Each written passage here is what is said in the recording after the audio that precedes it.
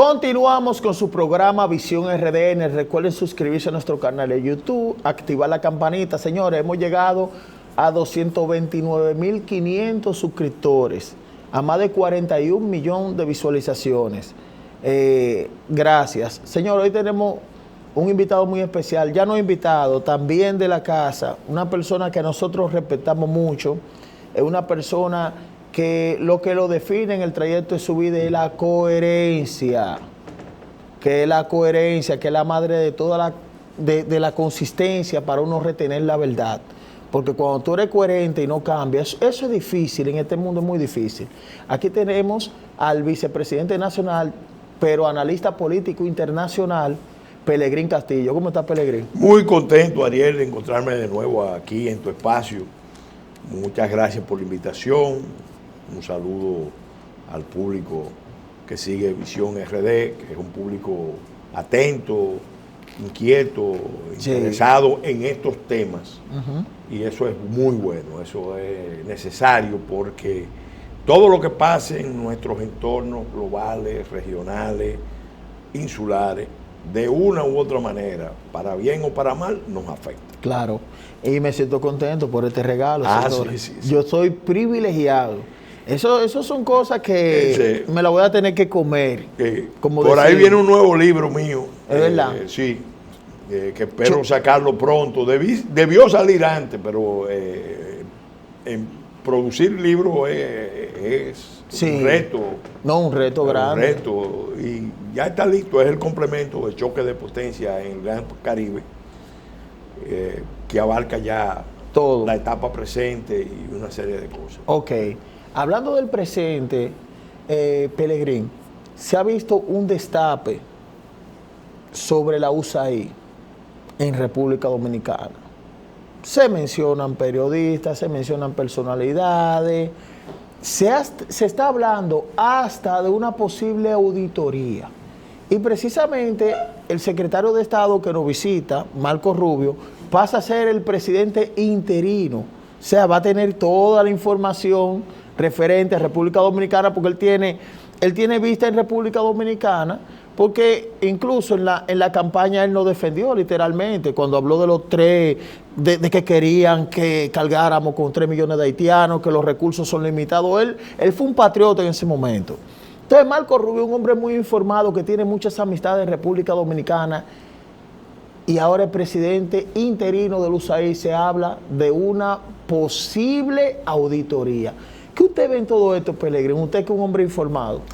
Mira, yo creo que lo que está pasando es algo que resultaba previsible. ¿Previsible? Sí, porque cuando el presidente Trump ganó la primera vez, tuvo muchas dificultades para gobernar, porque el Estado profundo, todo ese aparato burocrático de inteligencia, conectado con el complejo industrial militar y con el tiempo con lo que llaman el Big Pharma, el Big Tech, el Estado profundo empezó a minar su gobierno, no solo con acciones de instituciones como USAID, el FBI, la propia CIA, estaban trabajando dentro del propio gobierno de Trump en contra de la agenda del presidente Trump. Y él llegó con un equipo que no era tan fuerte como este que él configuró, porque este equipo gana con un mandato más claro, más fuerte, más poderoso, gana el voto popular, gana el voto electoral, y con los eventos que vimos, incluso los intentos de asesinar al presidente Trump, 2 intentos, quedó claro de que era algo que marcaría profundamente la historia de Estados Unidos y del mundo. Porque era la revancha del movimiento que encabeza el presidente Trump, MAGA, le llaman, originalmente fue el Tea Party. El Tea Party, que lo asume el Partido Republicano para evitar que se rompiera el voto republicano conservador, lo asume, pero lo que no se podía prever era que un fenómeno de liderazgo como el del presidente Trump viniera básicamente a constituir un movimiento de corte revolucionario. En Estados Unidos se está produciendo una verdadera revolución que tiene fundamentalmente su origen en una contradicción dominante en el mundo. Es la contradicción entre el nacionalismo de gran potencia, que se siente amenazada, Sí. y el imperialismo globalista. El imperialismo globalista, que se articuló originalmente con la visión de Chimérica, la relación privilegiada entre China y Estados Unidos, ese globalismo entró en crisis. Entró en crisis, se fue degradando, y las premisas, los supuestos de esa visión no se dieron. A partir de la crisis del 2008, luego del rescate que se hizo de la economía norteamericana para evitar una recesión global arrasadora de la economía mundial, un rescate en el que los chinos juegan un papel fundamental, porque Sí. es el liderazgo chino antes de Xi Jinping, junto con los aliados asiáticos, los que dicen, bueno, vamos a recuperar la economía global, porque si Estados Unidos cae, todos vamos a pagar las consecuencias. Entonces van, pero después de eso, al ascender al poder Xi Jinping, viene una línea revisionista del orden internacional. Y ya Estados Unidos empieza a ver que China se salió de la ecuación original y que empezó ya a retar la hegemonía americana, y vino la reacción inevitable de la potencia retada. En la historia de la humanidad nunca un imperio había alcanzado tanto poder como el imperio americano, sobre todo después de la Segunda Guerra Mundial y después de la terminación de la Guerra Fría. Eso se potenció.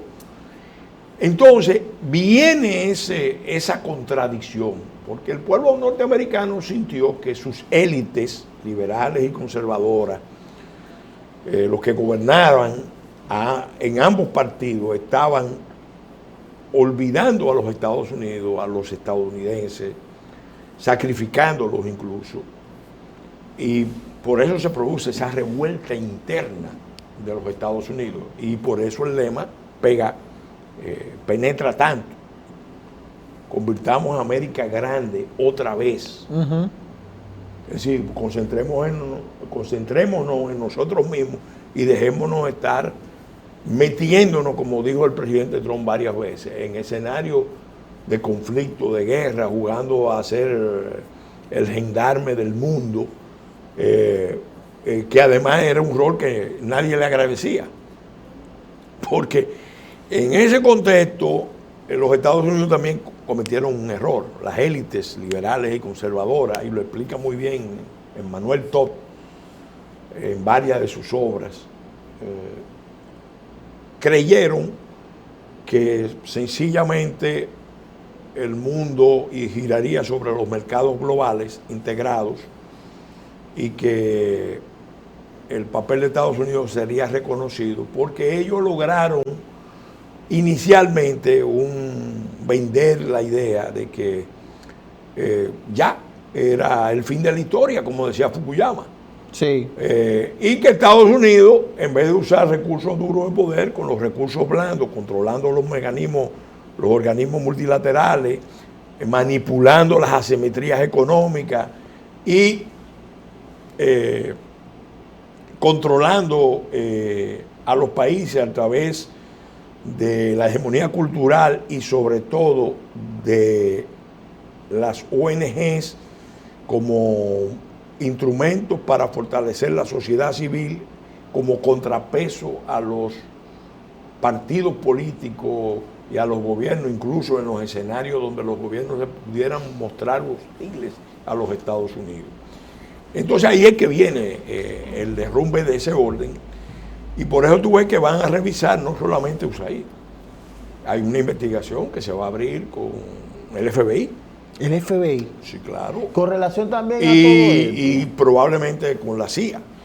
Y también con operaciones del Pentágono, porque, digo, esto es estamos hablando de algo que no tenía precedente, pero es resultado de esa contradicción dominante. Entonces la investigación de USAID es importante, es necesaria, va a ayudar mucho a que se comprenda en el mundo el papel del poder blando de Estados Unidos. No es solo USAID la única institución del poder de la República Imperial que se empleó para ejercitar el poder blando o para encubrir operaciones de alta inteligencia. Eso no es de ahora, obviamente. Cuando tú te vas a la Guerra Fría, ya muerto Kennedy, que fue el proponente de Alianza para el Progreso y USAID, acuérdate que Estados Unidos tenía un compromiso inicial con la descolonización. Pasada la Segunda Guerra Mundial, Estados Unidos jugó un papel en la primera etapa contra el colonialismo y ayudó a desmontar inicialmente los imperios coloniales. Después se recogió, sí, y pasó a jugar roles ya de otra naturaleza en el lejano oriente, concretamente en Vietnam, que fue un conflicto que marcó profundamente la vida del pueblo norteamericano. Y entonces, ¿qué pasó? Mira, digo que no fue solamente USAID, pero fue en esa Guerra Fría, por ejemplo, después de la Guerra Civil aquí en Santo Domingo, vinieron misiones de USAID. Hicieron cosas buenas. Sí. Promovieron, por ejemplo, desarrollo rural en muchos proyectos de acueductos, escuelas, en las zonas rurales. Pero también venían operaciones especiales encubiertas con la marca USAID. Por ejemplo, el caso más famoso es el de Dan Mitrione. Dan Mitrione, un agente de la CIA que viene a América Latina en misiones policiales, pero es la CIA. Ayudar a las instituciones de América Latina a enfrentar la criminalidad, a enfrentar la insurgencia, etcétera, etcétera, pero era para aplicar una agenda de línea dura. Eso empezó ahí. Ahora, con el tiempo, como explicaba brillantemente Pedro Ledesma, bueno, que la agenda de Estados Unidos se transformó y se convirtió en una agenda tan ambiciosa que buscaba ya el dominio mundial.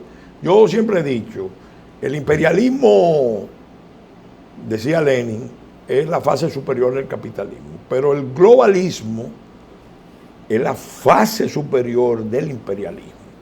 El imperialismo se sofisticó y yo lo estoy repitiendo constantemente. Se sofisticó a tal punto que descansaba más en los poderes blandos que en los poderes duros.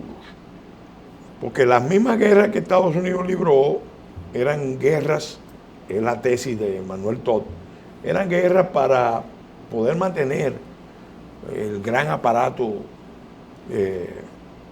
bélico de Estados Unidos, la industria militar en funcionamiento, pero eran guerras con potencia de segundo nivel.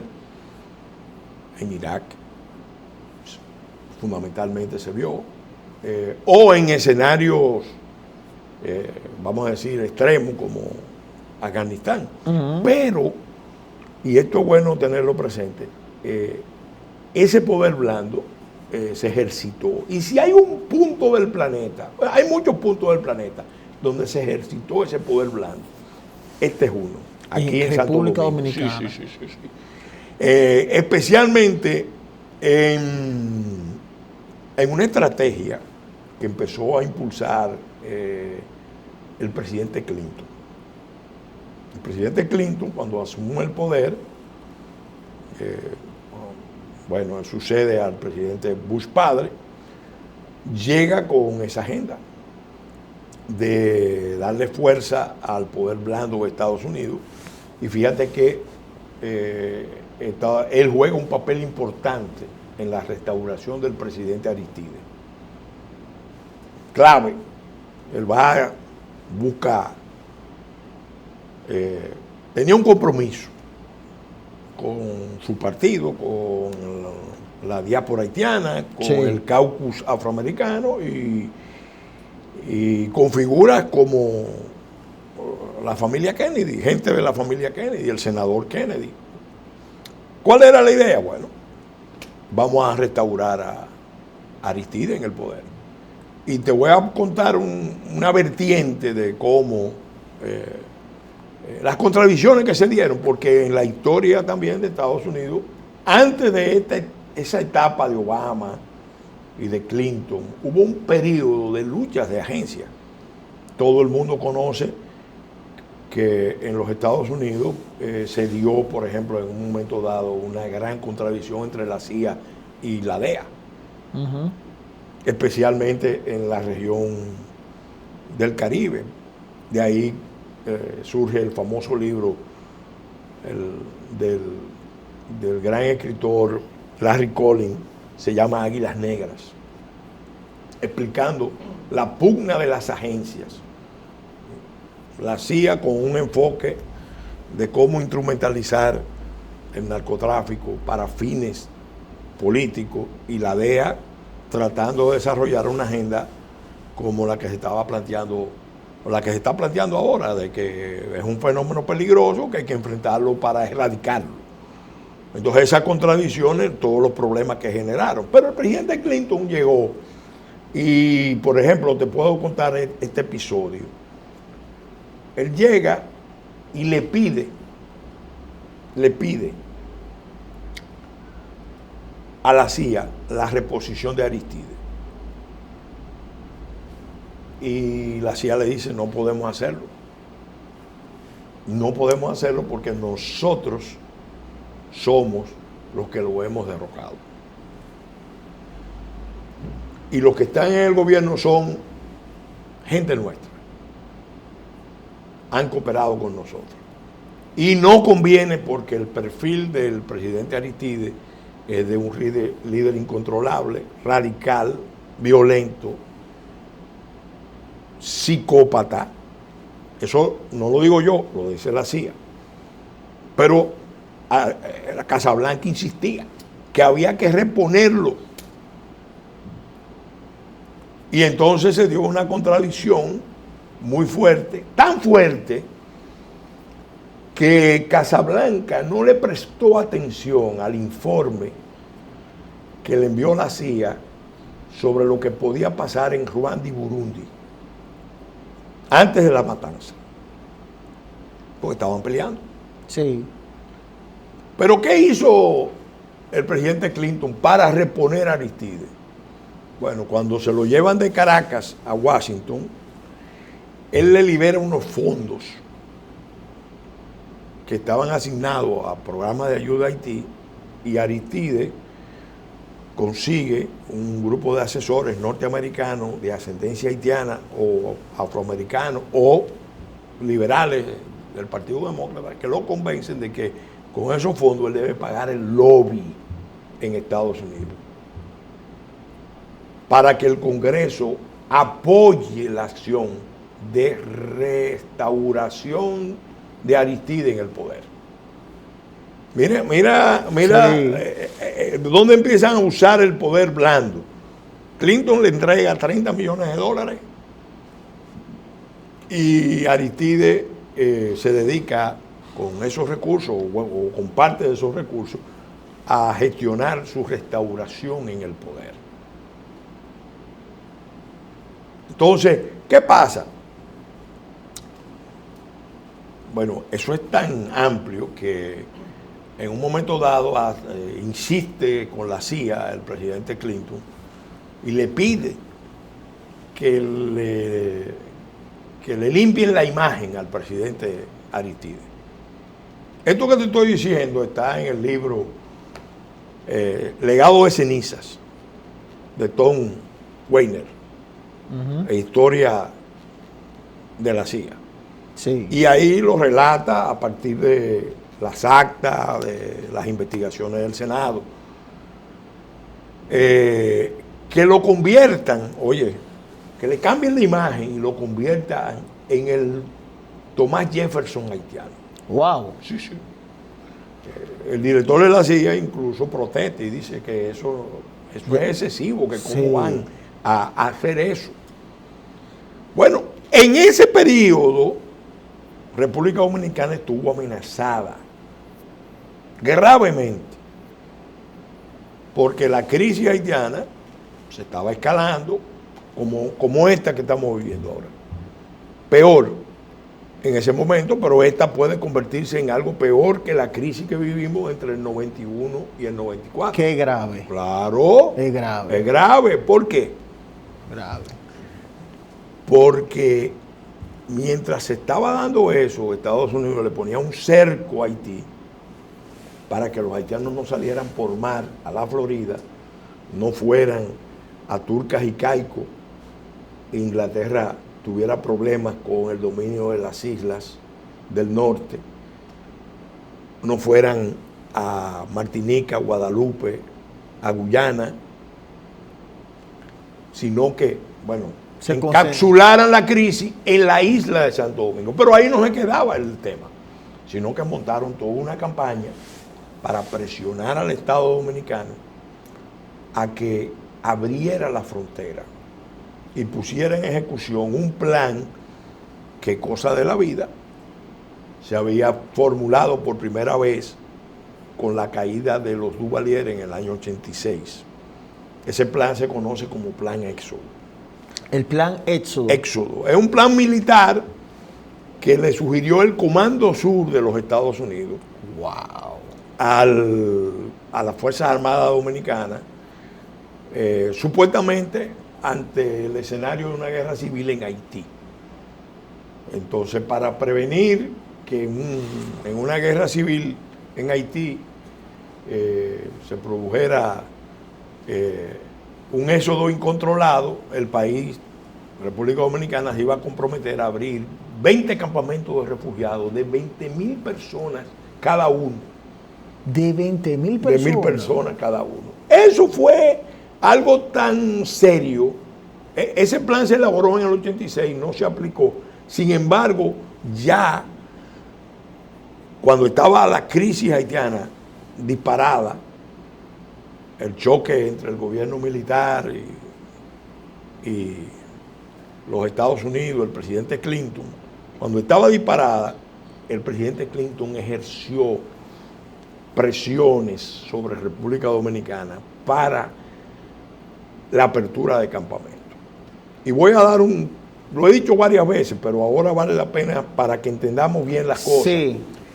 En ese momento, un funcionario de ACNUR, que estaba aquí, tuvo el valor, la responsabilidad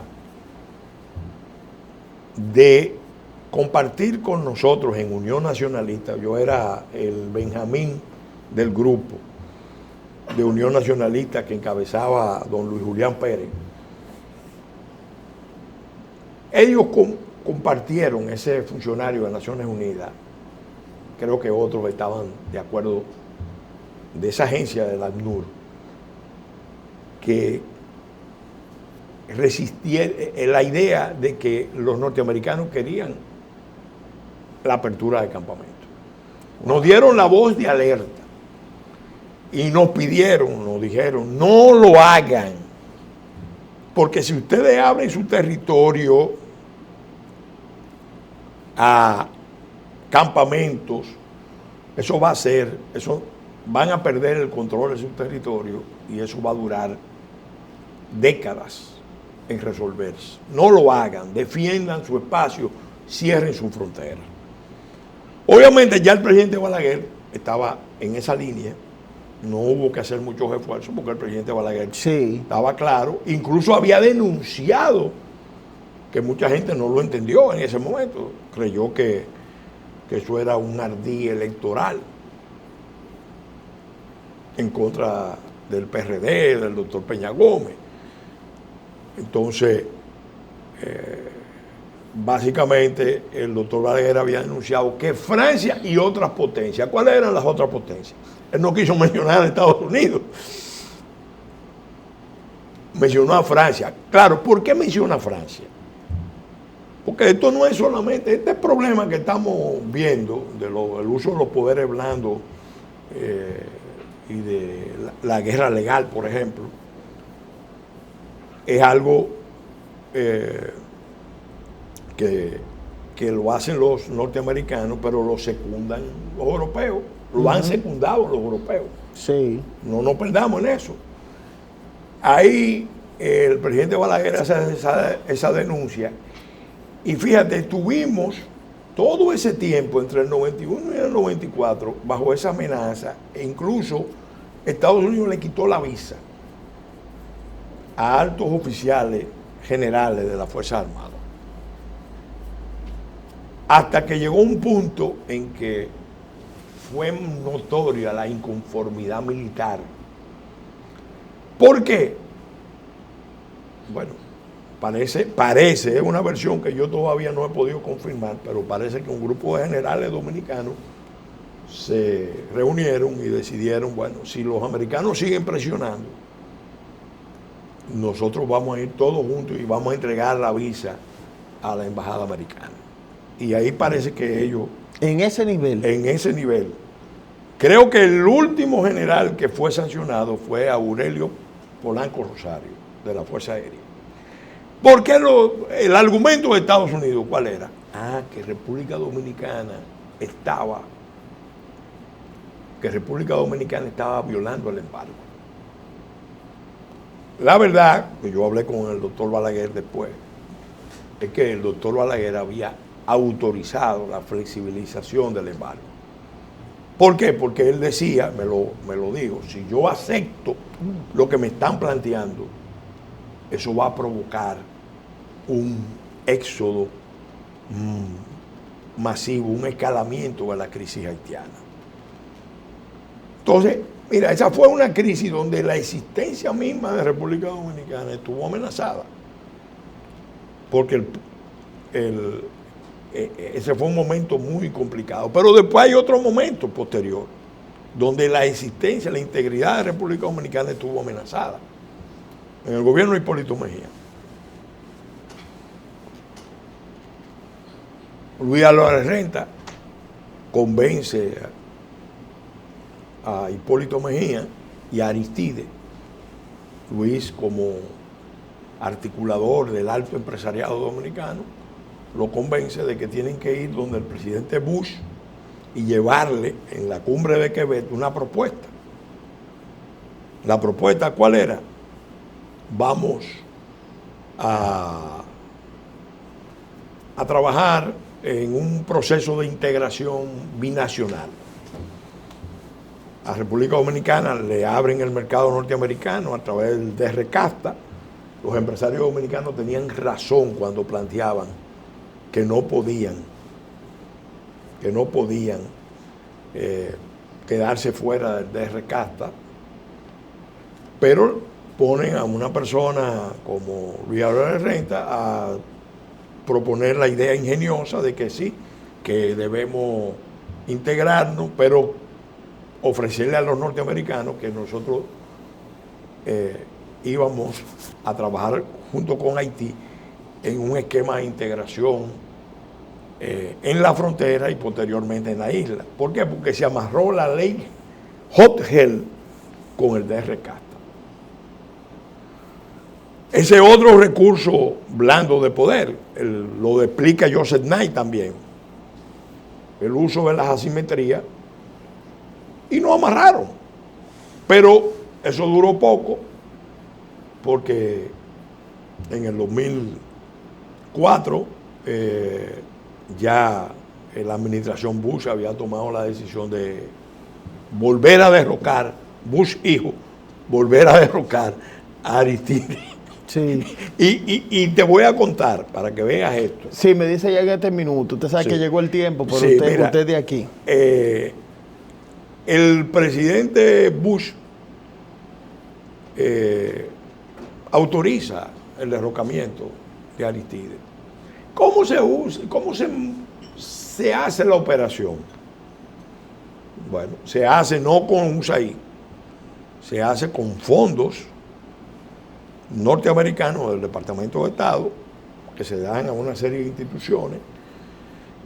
Y aquí en Santo Domingo es que se organiza el grupo de los 184 que se entrena, encabezado por el empresario haitiano Andy Apé.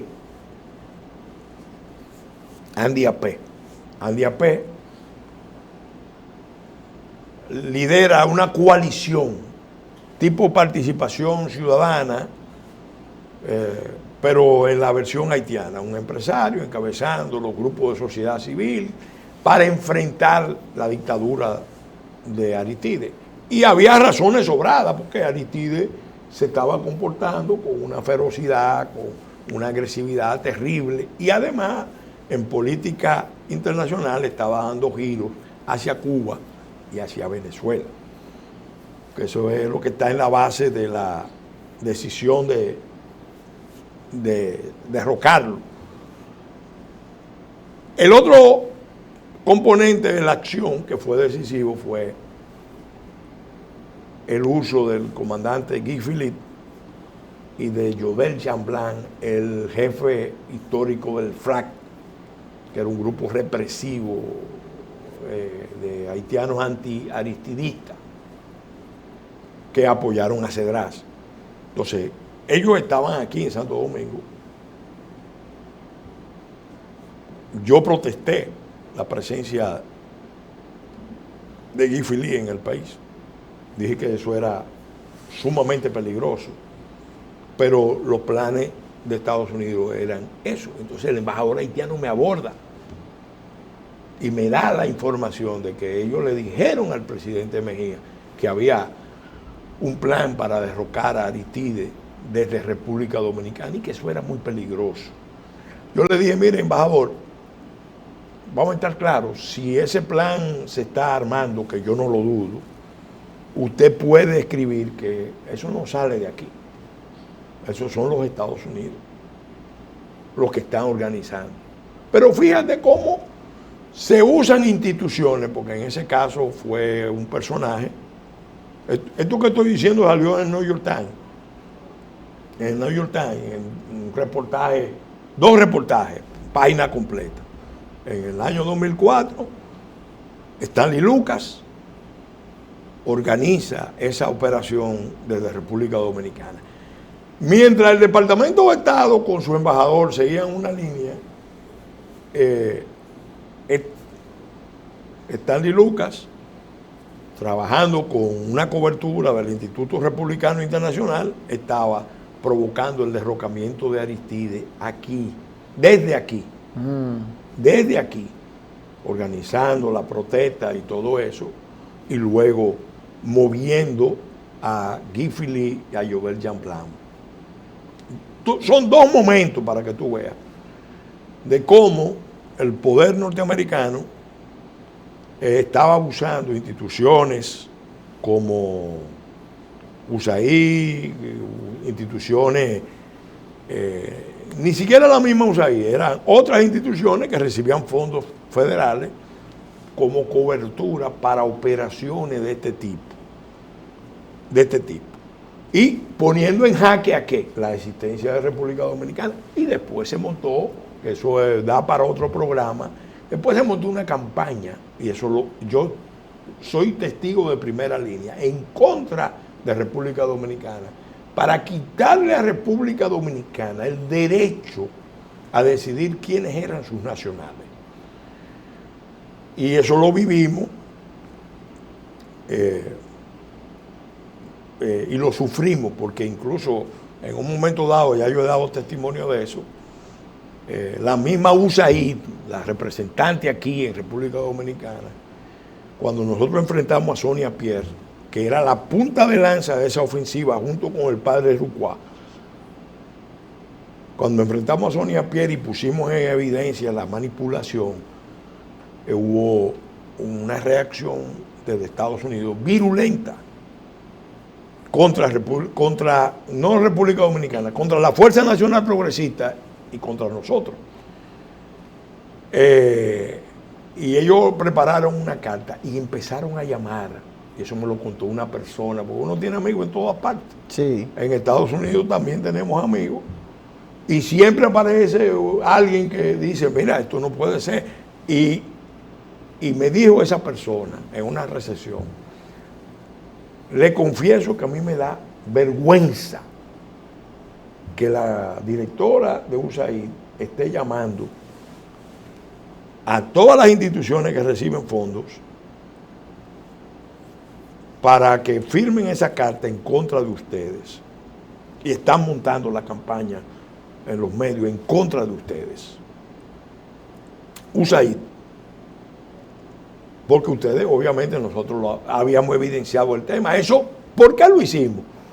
Porque el Centro Kennedy le había dado un premio a Sonia Pierre, pero recibimos la información que nos llamó la atención. Pero ven acá, nadie con pasaporte dominicano se llama Sonia Pierre. Nadie salió del país con el nombre de Sonia Pierre. Y cuando nos llega la información es que yo digo, bueno, vamos a investigar porque esto es raro. Pues la están premiando internacionalmente. Sí. Y no hay nadie con ese nombre. Cuando se investiga, se descubre que tiene un problema con sus documentos, de que fue una declaración que no validaba que ella fuera dominicana, y de hecho ella viajaba con otro nombre. Entonces, eso se repitió en el 2010. Y lo digo para concluir, después de un diferendo que yo tuve con el propio presidente Fernández, porque la secretaria Hillary Clinton volvió. Esto que te dije previamente fue en el 2007, y esto otro pasó en el 2010, donde la secretaria Hillary Clinton llamó al presidente Fernández, que el senador Kennedy estaba protestando y que eso era un premio que había entregado Michelle Obama y Hillary Clinton a la señora Solange Pierre. Entonces, que cómo era posible que un partido aliado al gobierno estuviera embarcado en eso. Entonces ahí tuvimos una pequeña discusión y al poco tiempo empezó la campaña en contra de la Fuerza Nacional Progresista, la misma campaña. No hay que ser muy inteligente para saber. No, y toda esa gente se pronunció, y que, bueno, una cosa terrible. Sí. Entonces uno sabe cómo es que estas fuerzas se usan en contra de las naciones, porque era una idea que había en el ambiente mundial. Las naciones no tienen derecho a existir, las identidades, las culturas. Nosotros tenemos una visión, la vamos a imponer en todos los escenarios, conforme a nuestros intereses, a nuestra visión ideológica, porque ahí vino parte del problema. Todas esas revoluciones de colores en Europa en buena medida la financió USAID. Eso está fuera de discusión. Incluso el conflicto de Ucrania estalla después de la revolución de Maidán, y la revolución de Maidán recibió grandes recursos, tanto de USAID como de otras instituciones, en contra del presidente Yanukovych, que era el presidente legítimo de Ucrania, que tuvo que asilarse en Rusia. Y no pasó así con las primaveras árabes que estallaron, pero después sí, después se metieron a financiar. Pero ¿quién había encendido la mecha de esas primaveras árabes? Obama, con discurso que pronunció en Ankara y en la Universidad Al-Azhar del Cairo. Porque ese es el problema. Ahora, el orden mundial, woke progress, transhumanista, que impulsaba el imperialismo globalista, se derrumbó. Qué bueno. Y eso es bueno, y obviamente eso va a ayudar a que las naciones, especialmente las naciones que todas las naciones tienen derecho. Haití tiene derecho a su propio desarrollo, nosotros por igual, y no podemos aceptar que el sentido de deuda y de culpa que puedan tener las potencias, o un sentido práctico de vamos a unificar esta isla, porque no, como dijo Almagro vino aquí y soltó la idea ahí, como el que no quiere... Es un gallinero. No tiene sentido dos naciones en una isla. La soltó deliberadamente para ver la reacción. Porque ellos ni le aceptan a Haití la condición de nación. Haití es una nación emblemática, con un Estado fallido, que lo peor es que ha sido descartado, y nosotros somos una nación emblemática, con un Estado débil, dependiente, vulnerable, y esas manipulaciones imperialistas del imperialismo globalista son las que han colocado a República Dominicana en una situación de alto peligro. Ahora mismo estamos en peligro todavía. Sí. Pelegrín, gracias a ti.